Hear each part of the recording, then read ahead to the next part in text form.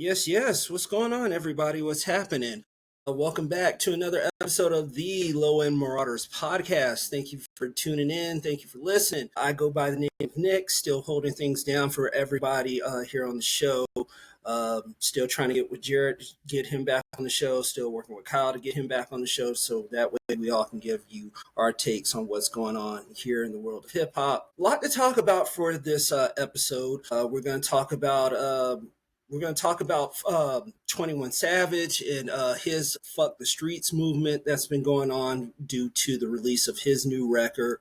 We're also going to talk about the game right here in just a little bit. But also I do want to give my takes on, since 2025 has come to an end, on the top 5 people who I think had the worst 2025 here in the world of rap. But all that's coming. But like I said, let's get back into a person who we haven't talked about in a long time here on the show, that being The Game. So recently, The Game has been doing a lot of interviews lately. I don't know if people have seen his Shannon Sharp interview that he did, I want to say like a couple weeks back or a couple days, whenever that was. But anyway, he went on another podcast. So yesterday or a couple days ago, he went on the show and he recently talked about why he wasn't a part of Kendrick Lamar's Pop-Out show back in 2024. Now, as we all know and as we all talked about here on the show, Kendrick Lamar's Pop-Out concert probably was the moment in the best hip hop moment or a live streaming show, whatever you want to call it, back then, with everybody that you can think of coming out from the West Coast to represent. Surprises from Tyler the Creator and Steve Lacy, Tom Kennedy, a moving tribute to Nipsey Hussle, Ab-Soul, J-Rock, Schoolboy Q, and Kendrick all reuniting on stage. Just a big moment. I kind of wish I want to go back and relive that and find that if it's available somewhere on the internet. But anyway, he recently went on this podcast, and he pretty much told the host why he didn't want to attend the show. So with The Game being on there, he said, quote, it's pretty much too much gang politics with me when I come somewhere, he says. It was niggas at the Pop-Out that I don't fuck with, so I go to the Pop-Out. Bring my homies to the Pop-Out and get into a confrontation at the Pop-Out when the nigga is having a great moment, bro, unquote. When the interviewer keeps asking questions of his line of thinking and notes that the night was all about unity, it seems like The Game was still, being pressed harder for the questions that he was asking. And then he's still doubled down by saying, quote, you say that, but all it takes is one nigga from this shit to get out of pocket with one nigga. And that's what comes with me. He doubled down on, unquote. So the one thing The Game is trying to make clear is that it wasn't about him being scared. He just didn't want to get involved with whatever gang politics that were going on in the West Coast at the time. He also went on a little bit later to say, if something happened to me, whoever did it is getting smoked, nigga. Period. Because my shit is already in position, unquote, he says. So that was The Game's reasoning on why he didn't show up for the show. So for my take on that, I've never been to California, never been to the West Coast. I personally don't know what LA life, gang life is all about. I don't really care for it. It's not my thing. I stay out of it as best as I can when it comes to that sort of shit. But it's really hard for The Game, for me to believe The Game when he says this, when there was a video that came out, I want to say like a week or so or days or so after the show was over, and him pretty much just explaining about how he stayed at home, he wasn't invited and things like that too. And he just gave this explanation for a good, I think it was 17, 18 minutes in a video. If I can find it, I will post that in the show notes. But it really is hard for me to believe The Game whenever it does come to things and situations like this too. because with the game giving me this explanation, but then also having the explanation of him saying, I wasn't invited, I just stayed at home, blah blah blah, over on just weeks after the show, it just goes to show, and it just tells me like, okay, well, which is it? Is it that you weren't invited, or is it because you have gang politics or whatever the explanation was? And so, like, which is it? Is it Uchiwali or is it One Mike? As Jay-Z once said, it's hard for me to try to figure out which excuse it was for him. But I definitely do want to say that when it comes to the game and these sort of situations and this sort of explanations, it just goes to show me personally how to not age your rap career gracefully, because it seems like the game has just been doing the most when it comes to interviews and lately, with him saying, he's the best rapper out of the West Coast, nobody can touch him, which I do like the confidence, but, it's hard to, distinguish that when Kendrick, another rapper from Compton, is just running laps and miles around you at this point, especially, with Not Like Us being one of the biggest singles of 2024. And I do believe that I will give the game his flowers. I will say that he did have the West Coast jumping from the time he jumped on with 50 Cent and G Unit way back in about 20 years ago. Wow, I feel old. And I do remember being a fan of the documentary. Then off to the next, Doctor's Advocate, and I just remember blasting that with a couple friends since I was fresh out of high school, doing college classes, things like that too. So, I do believe that, like Game says, he is an incredible rapper. But, with all these things that he's doing and all these things that he's saying in interviews, it's very hard for me to believe that with what he says, it's fact or it's law or whatever you want to call it. But, with everything that he's been doing, I really think that when it comes to the game, he's got to, he's really got to do better with some of these interviews. Now, I'm not saying he's a bad person. It's just like when you are coming on interviews and you are doing this and this and this, try to get your story straight for the fans, because, in the age where digital footprints and videos are just plastered everywhere on the internet, a lot of us are going to go back, we're going to retrace what you said, and we're going to hold it up against you, in the court, in the social media court of law. So with the game, to say that he, was not invited, well, to say he was not invited, I will believe that story more, especially since he has been pushing the narrative that him and Kendrick's opponent at the time, Drake, were at odds. I do remember that, him saying, Drake was his best, was his friend. He wasn't going to get in between the two. And with that, a lot of people just pretty much said, okay, you made your choice. That's where you're going to go. And I feel like with him saying that, that's when he made the decision, okay, go be Drake's best friend over there. And he chose his side. So with that being said, but, with the game, he's in his 40s. He is an incredible rapper, I will say that. But also when it does come to the game, it's just that you gotta do something better than that. If you do have this excuse, at least stick with it.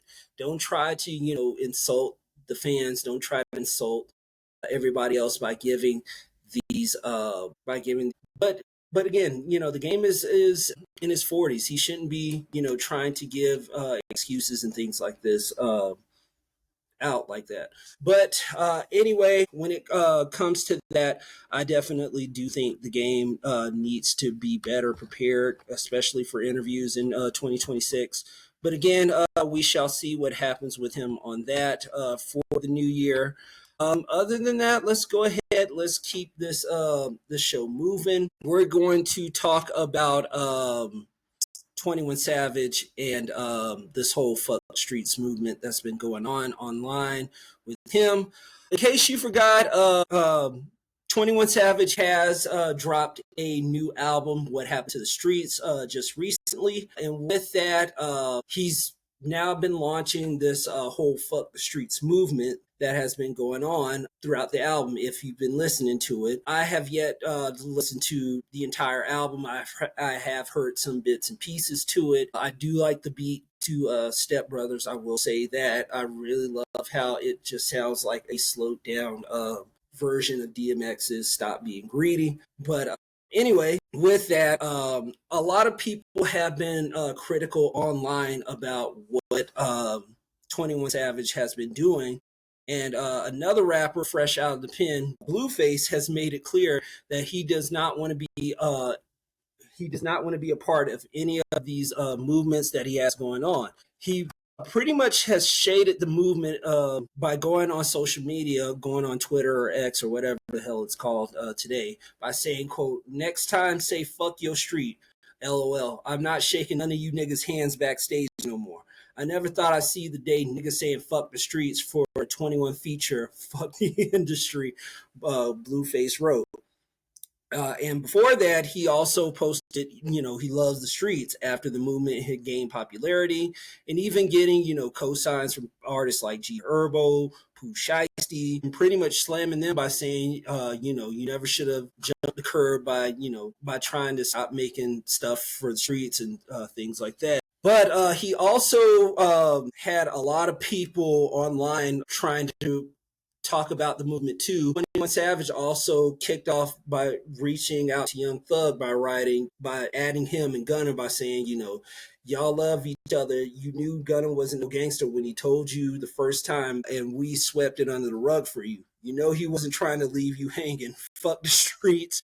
And ain't get shit but some trauma from that shit, unquote. And that's something that he posted online. With my take on this whole thing is that I'm kind of backing 21's fuck the streets movement. And again, apologize for, the language that I'm using. But anyway, I do kind of back it because I do like the fact that, when you get a certain age, you just got to leave that shit behind you. Because, I won't tell on anybody else, but I'll speak for myself when I say, at the time of this recording, I'm 37. I turned 38 in August. And there comes a certain point and there comes a certain time of your life where you just gotta leave that street shit behind you. Yes, if it does play a pivotal role in your success or career, that's fine if you want to do that and you want to shout them out, give love to the people that helped make your career, from,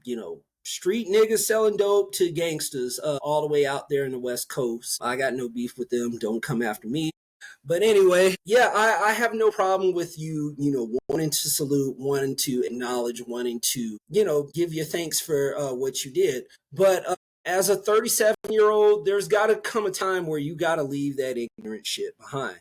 There's got to come a time where you got to, just leave. You got to leave, that street shit behind you. You got to leave selling dope. You got to leave throwing gang signs up. And you just got to move on with life.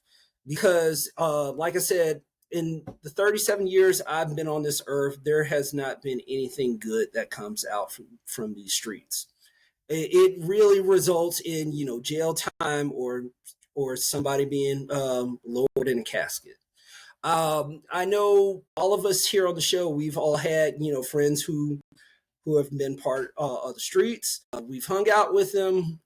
And I think with my friendship with Jared and Kyle, it's definitely a strong relationship, because I know we all knew people at the time, and probably still do know people who are still affiliated with the streets. And with them, I think they kind of respect our decision of us just going like, nah, we don't want to do that. Nah, that ain't for us. We just kind of want to do our own thing. And so with the group of friends that I have, with Kyle, with Jared, I definitely do love and I do appreciate the friendship that we do have, not being involved with whatever street shit that's been going on. And, with that friendship still going strong about 20 plus years from now, today, I should say.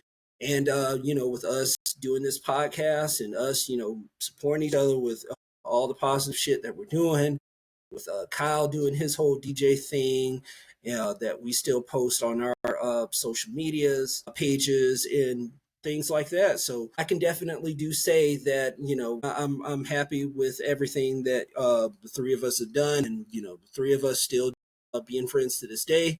But I'm digressing off the subject. So with that, like I said, there's nothing positive that comes from this. There's nothing great that comes from this. And again, at a certain age, you got to tell yourself, like, what's in these streets for me to do. I mean, I get that some people they resort to it because they can't get a job. They can't they jobs aren't paying enough money, so they got to do what they got to do in order to get money, or they got to do what they got to do in order to provide from whether it's for family, whether it's for themselves, whatever they got to do, whether it's selling dope, or just being a part of whatever they got to do. But I definitely do think that you just got to move on from it. I mean, because I get that you got to show love and you got to do something for them for your career, but at the same time, there's nothing going on. There's nothing out here that's worth staying for. And I definitely do think there's got to be a certain age where you just have to put that shit behind you and you just got to, get away from it. And I know with all the documentaries I've seen, with all the gangland I've seen, it's definitely hard to get out of gangs and that street life, because when people do want to get out of that gang and street life, it really results in permanent injury or death. So I do think watching all those documentaries and shows from Gangland to United Gangs of America, I think that airs on Vice TV, and watching that and just really getting an idea of what street and gang life, excuse me, is like. I'm definitely with 21. I definitely do think you got to leave the streets behind, and with all these rappers like Bootsy, I mean, and even I think 6ix9ine was trying to get be a part of this fuck the streets movement too, with him dismissing it, and I think he even did like a diss song about it too recently. And it's just like especially when it comes to 6ix9ine, like the streets haven't really been that kind to you ever since you ratted. But with some of the things that 6ix9ine has been saying online when it comes to Young Thug, Gunna, and all these other rappers that's been going through trial and legal errors and things like that, he does, I will have to say and hate to admit, he's right. Sometimes you got to call people out for some of the stupid shit that they're doing. You got to call people out because, hey, that's not right. And I was, pretty much shunned and things like that. But again, also at the same time, it was your misgivings, and, you got caught doing X, Y, and Z. So unfortunately, that's something that you got to live with, and that's what you got to face with for the rest of your life. Just be careful when it does come to doing things when it comes to street life. Is really all I can say. But again, I definitely do think that there's nothing good that comes out for the street life again. But you just got to move on from it. And I think with 21 saying hey, I'm trying to move on from this. I think it's him just saying, hey, nothing good is coming from it. I applaud him for it. I definitely do love the maturity.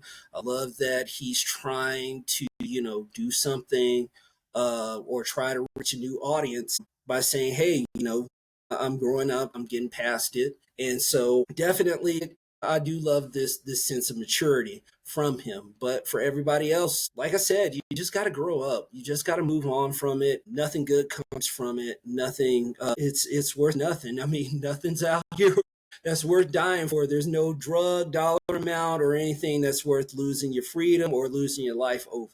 That's all I can really say about this movement that 21 has got going on. So I do applaud it, but also for others there who are kind of dismissing my comments, there have been plenty other artists that have pretty much moved away from the streets, like Jay-Z, like Snoop Dogg are two that come to mind off the top of my head. Jay-Z, he started moving away from the streets. He started putting out grown ass music, and music that has still aged pretty well, if I do say so myself.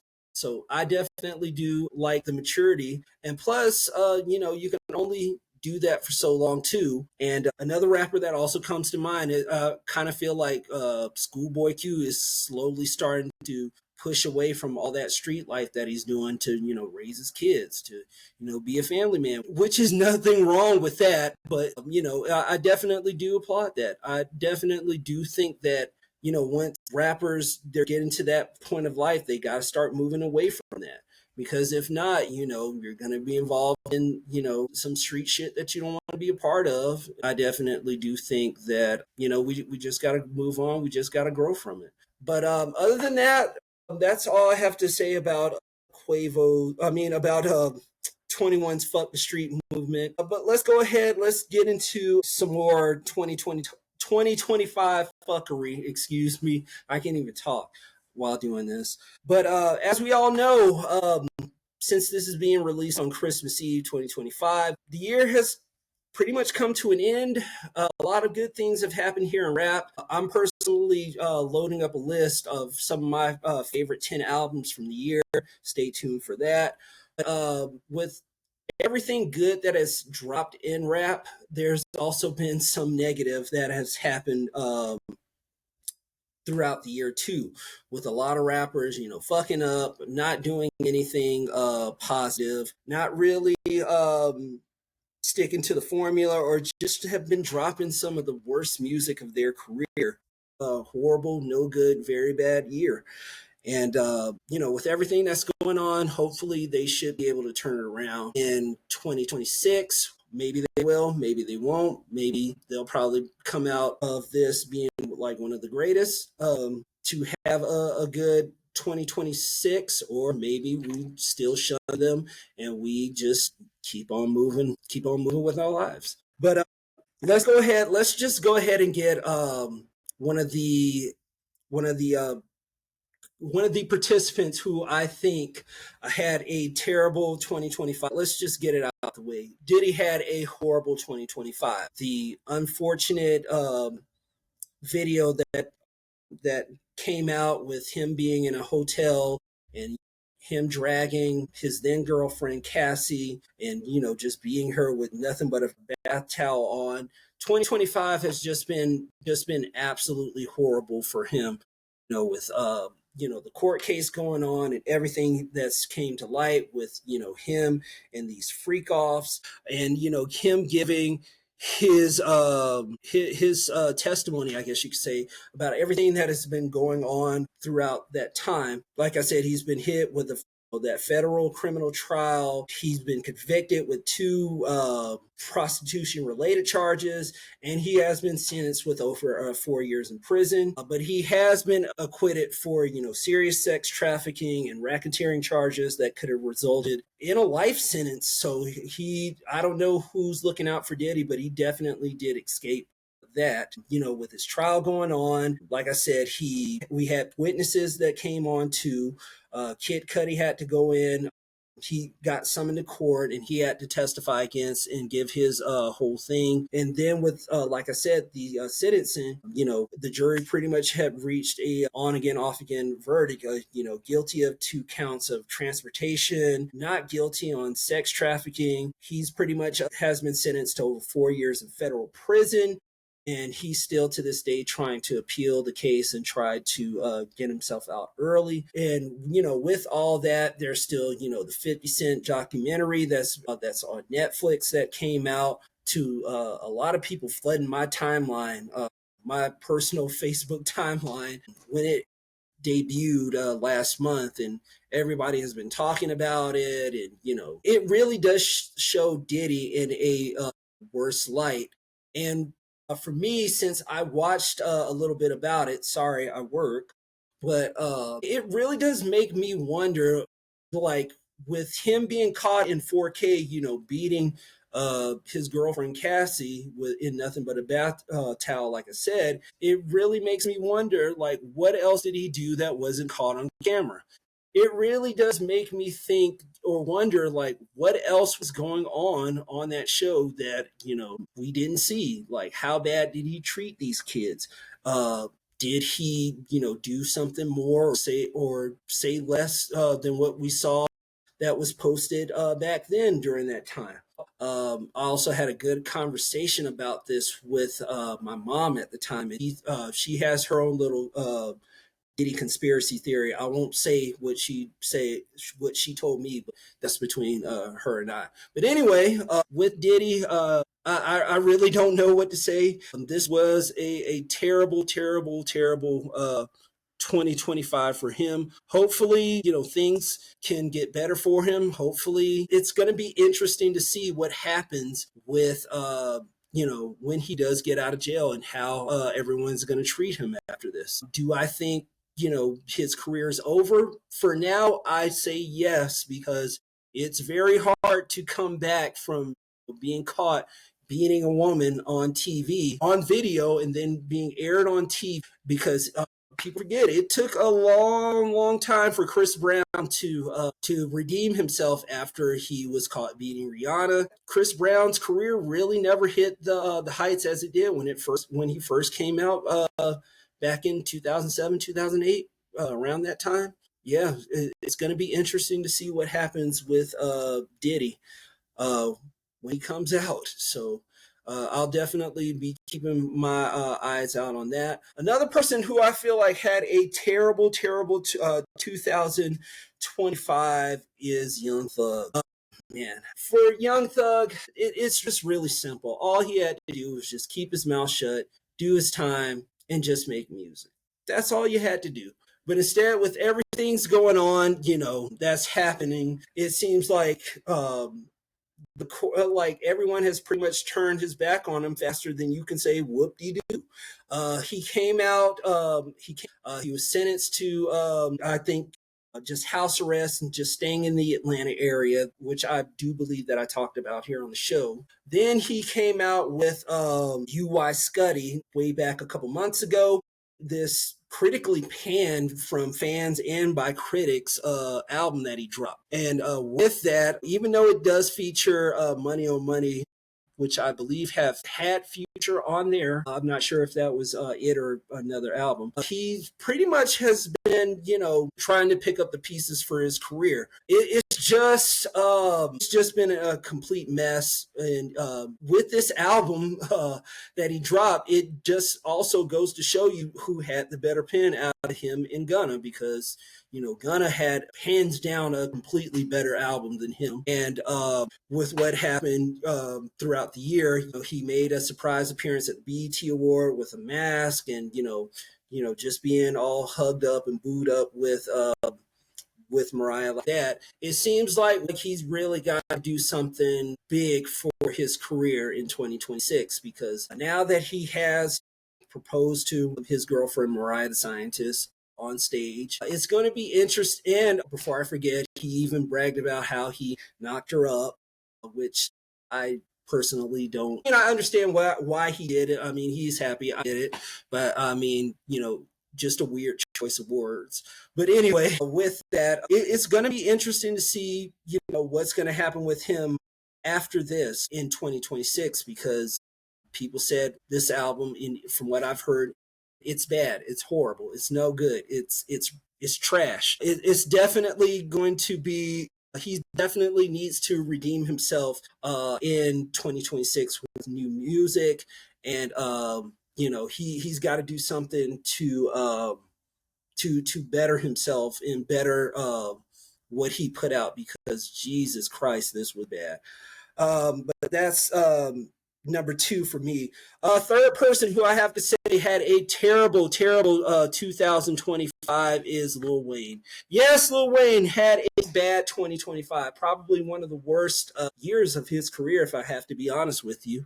What made Wayne's 2026 a terrible, terrible year, you might ask? Well, before I get to the Carter Six, it was just pretty much him being, having the fans, trying to champion him as, a Super Bowl performer in his own home city of New Orleans, which I did talk about on the show, and him just saying, and a lot of people just being let down and, just wondering like, that should have been his moment. He shouldn't have. He should have done that.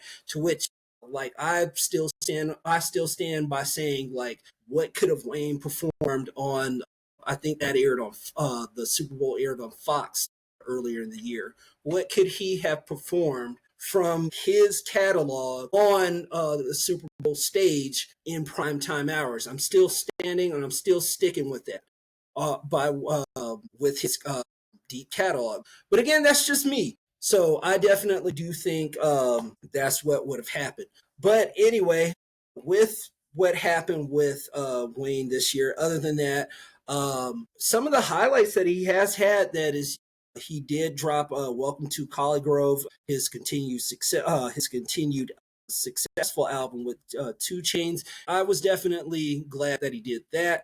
Maybe I may go back and re-listen to it to see if it still holds up as being one of the worst albums of the year, with him dropping the Carter Six and that being a complete dud. And for me personally, I didn't have high hopes going into that album, since the Fix Before the Six was not that great for me either. So with the Carter Six definitely tainting a pretty good rap franchise series to him, even though he was on tour. A quick little, poke your head in, say hey to everybody, but again, when it does come to that verses, I do think Master P and No Limit definitely did take that round. And it was also nice to see verses come back too. But for Wayne in 2026, man, for him, he really has to redeem himself with putting out some better quality music, because I definitely do think with some of with the music that he's put out this year, it's just been kind of subpar. I don't really think that it's the best that he's put out. And I do get that, there are some rappers that have hit their slumps too, but definitely Wayne just got to give me something better in 2026, especially since people were yelling and screaming, he should have did Super Bowl, he should have did this. And pretty much with the Carter Six, it just pretty much proved like, no, he shouldn't have been on that stage, especially with how people said how trash of an album that was. But anyway, going on to number 4, I definitely do have to say that Drake has had a bad 2025. With Drake, apart from me just been talking about everything that he's been doing nonstop throughout the year, he's definitely has been going through a lot of legal stuff too. It definitely did begin with Drake in this high-profile lawsuit that he had against Universal Music Group, and accusing them of boosting numbers of Kendrick's Not Like Us and harming his OVO brand, and to later on, a couple months later, him having his lawsuit thrown out by saying, it was a part of war of words. There we go. And, in a heated rap battle, and, Drake just pretty much saying, he's still going to try to sue, so he doesn't look like, so he looks like a winner in some people's eyes. So, with that being said, a lot of people, including myself, we all laughed at him losing this lawsuit. And, even though there was some people saying, oh, it's supposed to help other artists, it's supposed to do this, it's supposed to do that, it's supposed to do da da da da. And, with him doing that, and more success of Kendrick's Not Like Us winning, I think 5 Grammys earlier in the year at the Grammys, it definitely did make Drake even more pissed off by still, trying to reactivate this lawsuit again with UMG and everything else that's been happening. And then later on in the year, he still he started to tease the fans with this entire Iceman album. And he has dropped a couple singles from it, but it seems like with everything that he's been doing, it seems like the people just aren't really, well, I won't say they just don't care. I just feel like some of the tracks just aren't hitting the same. But what did I miss? He dropped a video for that, which debuted #2 on the Billboard charts. He's just been dropping single after single after single, or episodes to have people hyped up for this album, to even having, streamer Kai Cenat saying with the third episode that he dropped, I can't remember what it was, how it was complete ass and he couldn't fake it. And to even Drake, trading shots at a 20 at an early to mid 20-year-old streamer. And it's just like, come on, Drake, you better than that. He has dropped some stuff. He did drop Some Sexy Songs for You, which became his 14th #1 album, and pretty much just kind of overshadowing Party Next Door.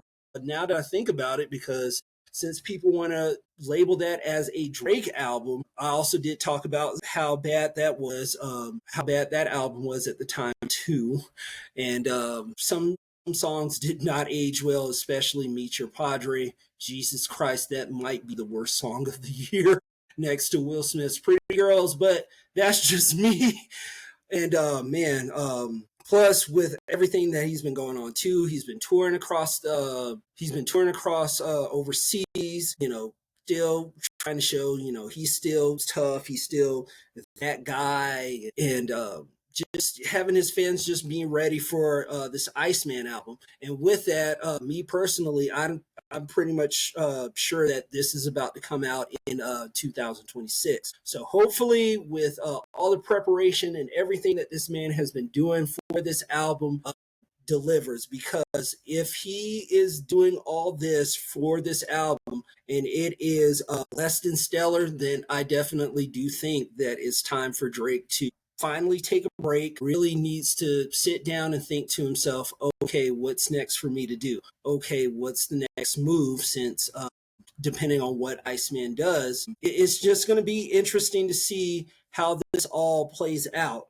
Because, now that it seems like he's trying to, kick it with British rappers and, him trying to be a best friend to Sexy Red, God knows what else this man is going to put out, what he's going to try to shoot for, or things like that too, when it does come to this album.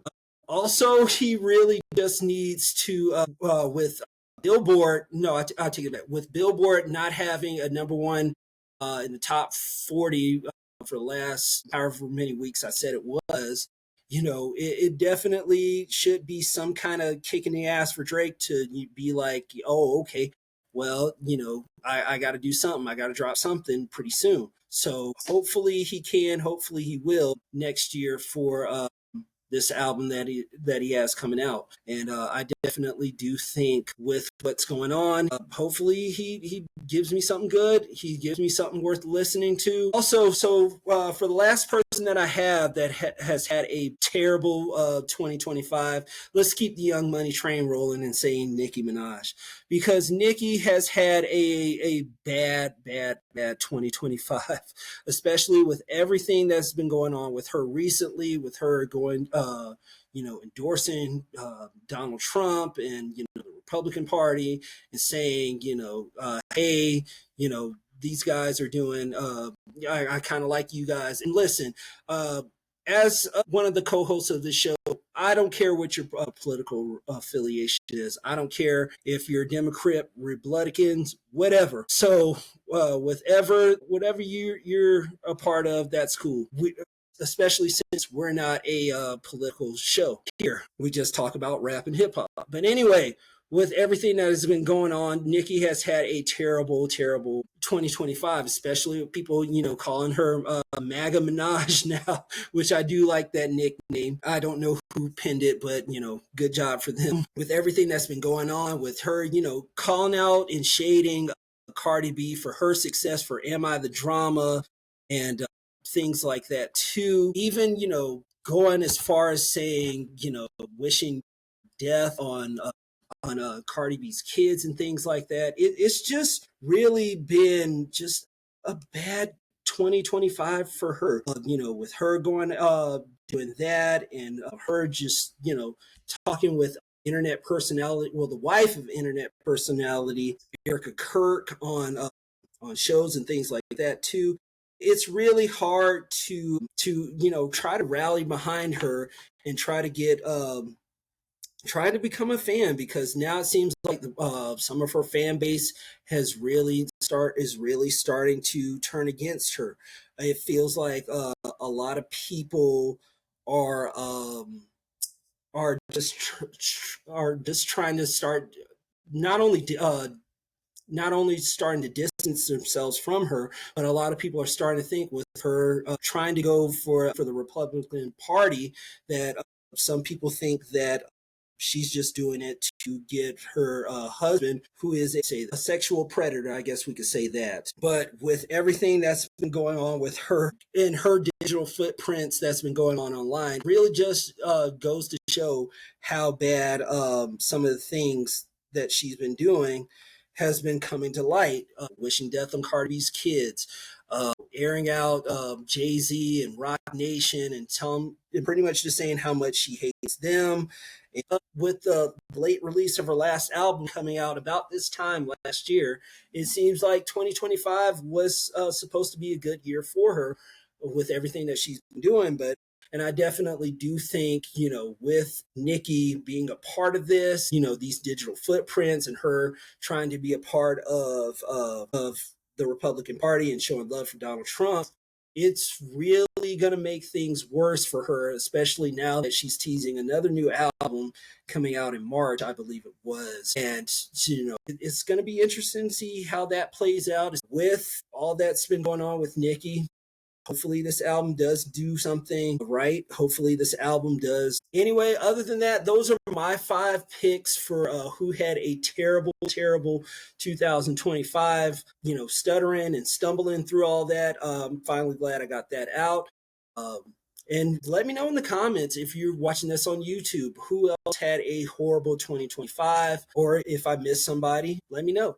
But other than that, that's well, let's get into shout outs and album recommendation for me. Shout out to everyone who's still been listening, still been rocking with us this entire 2025.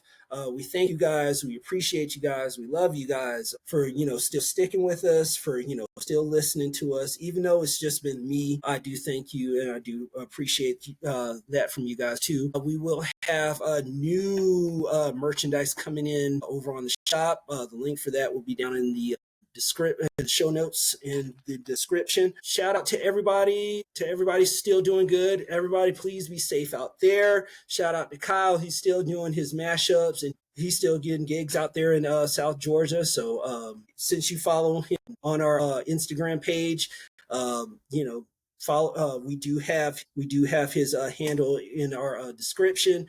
Go follow him to go see his mashups and everything that he's been doing as well. Shout out to everybody who still, like I said, still rocking with us. Before I forget, shout out to T.I., who's trying to do something new, trying to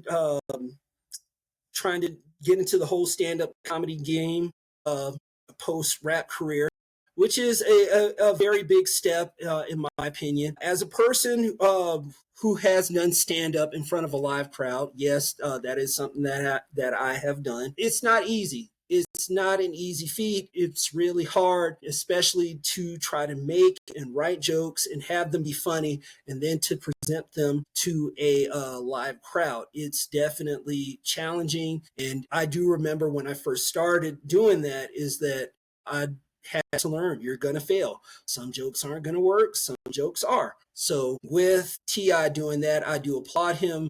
I am very interested to see, since there is a trailer for that, if I'll find the video for that, and I'll include it in the show notes as well for everybody to see if you haven't already. But shout out to him for doing that. Album recommendations. What can I give you? You know what? I'm going to stick with the females for this one, and I'm going to say one that you can an album that I recommend is a collaborative album called Desire Crowns from Buffalo rappers Che Noir and Love the Genius. If you haven't heard this one, this is a very good album. I was very surprised on how well this album is. I do love, back and forth between the two. I love some of the songs that they put out, including Not Me, Topanga, Flight. Flight features a former TDE artist Reason on there, and he killed it with his verse. I think he was the only person who had a featured verse on there. I could be wrong.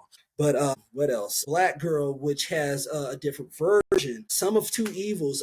So if you just want to hear just female MCs just go back and forth, bar for bar, go check out Desired Crowns from Che Noir and Love the Genius.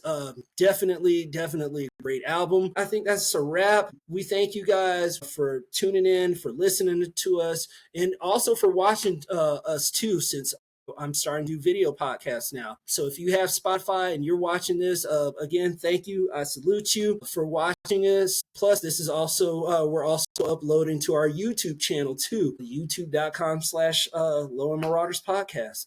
Excuse me, Low End Marauders, not without the podcast. Sorry. I'll put the link in the description for that as well. But yeah, I think that's it. I think that does it for us here. For the final episode of 2025. We thank you guys for listening. We thank you guys for watching us. If you're watching me on Spotify or YouTube, we thank you guys for listening, and we'll see you in the new year for 2026. And we'll see you for another episode of the Low End Marauders podcast next time. Thank you guys for listening. Thank you for watching. We'll see you next time. Peace.